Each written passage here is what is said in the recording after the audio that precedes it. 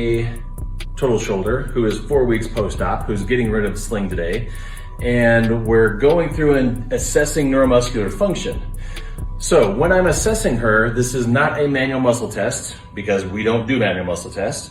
So when I'm assessing her for internal rotation, which would be subscap, go ahead and don't let me rotate you out. I'm telling her, don't let me rotate you out, but I'm basically just blocking her and letting her go into internal rotation to test facilitation of a subscap because I know subscap didn't work before surgery. It's inhibited because of surgery, swelling, being locked in a sling for 4 weeks. So I already know it's not going to pass. So I don't have to crank on her. So when we're assessing neuromuscular function, we're assessing neuromuscular ability to fire, not gross manual strength.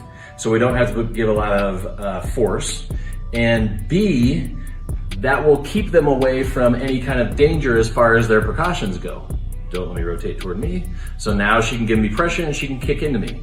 So as I go through, I'm not really giving her pressure. I'm just blocking and letting her give me pressure. As she gets facilitation to come back, then I will start giving her force. Now, what about patients who can't get into the position? So I'll answer that now. So if you're in the Facebook group, you're gonna get this